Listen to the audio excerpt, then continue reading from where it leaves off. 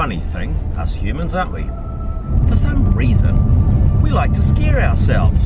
There's something about being frightened that really makes us feel alive.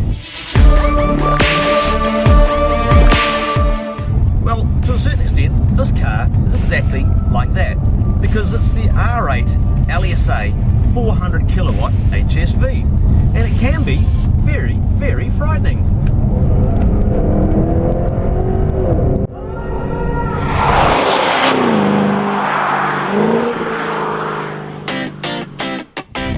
The Clubsport R8 LSA comes with a base price of $102,490 with this automatic transmission. Now this particular car comes with a few extras. Enhanced driver interface costs $1,195. Hyperflow performance spoiler on the boot lid there, it's an $895 option. 20-inch Rapier forged alloy wheels, $2,195, which all adds up to this R8 LSA tipping the scales at $106,775. $100,000 for a Holden, mate. Could be joking, but it's not a Holden. It's a long way from a Holden.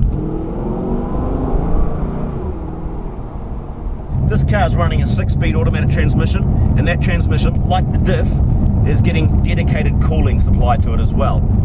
And this car, again, like other HSVs, has a special diff. It has a special prop shaft. It has a special intercooler, water intercooler, that helps keep that Eaton supercharger charge running cold and dense. These unique brake packages, this unique body kit. It's really specialist technology, really specialist. The performance that this car offers and delivers to the driver is well beyond what a Holden can deliver. So let's do some numbers first. The R8 LSA is powered by a 6,196cc 90-degree V8 engine.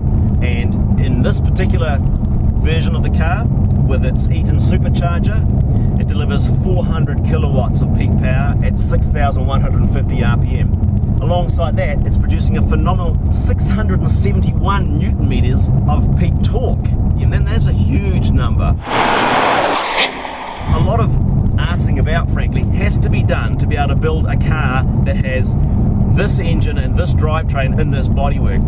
And HSV will go that extra distance and they will get that right, so that what they deliver at the end of it is a car that feels, well, I mean, of course it feels factory built because HSV is a factory, but it doesn't feel like it's being cobbled together out of a whole bunch of parts. It doesn't feel like they've just taken the biggest and meatiest engine they can find and jammed it into a Holden. They haven't done that at all. You're buying that thoroughness of engineering, that thoroughness of design, and that integrity of the entire build of this car.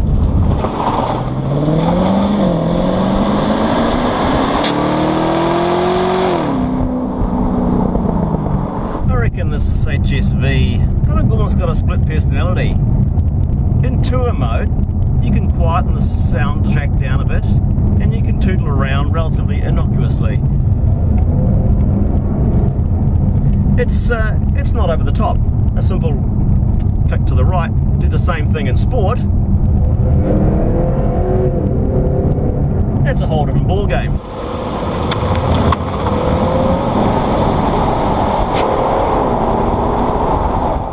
It's kind of like that guy who you meet at a party who might seem all very nice and civil on the outside. He's wearing a tie and a jacket, but say the wrong thing to him and he'll take you out the back of the tennis courts and give you a bloody good hiding.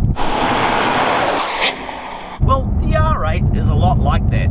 Those 400 kilowatts of power and 671 Newton meters of torque can really bite you in the bum if you're not careful. So it's the sort of car that does command a bit of respect.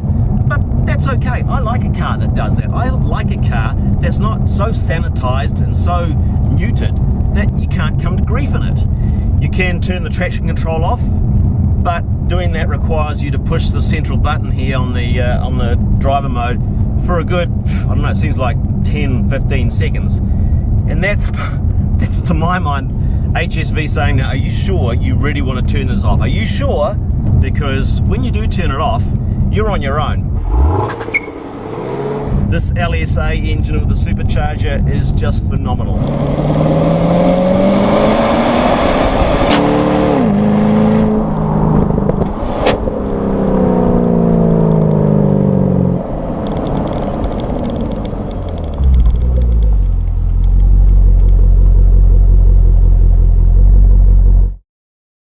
then of course there's the noise.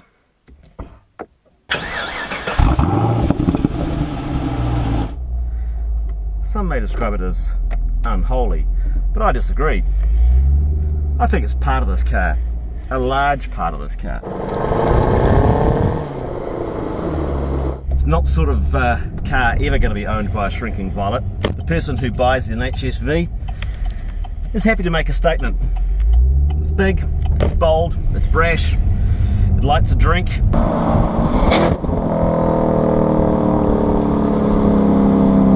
The Clubsport has all those nice attributes that the VF Series 2 Commodore has. It's quiet, spacious, properly spacious, like for 5 full-size adults spacious. And it's got a good level of equipment, and the car looks good. Some of the interior fit out leaves me a little bit cold.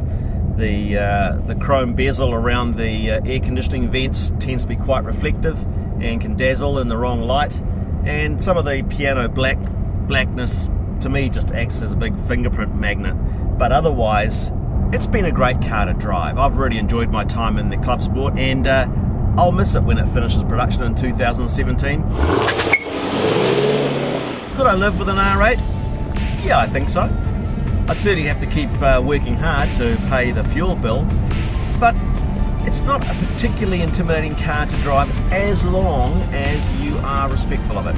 So get it now, because in a year or so's time it will no longer be, and I think we'll miss it because it's a hell of a beast.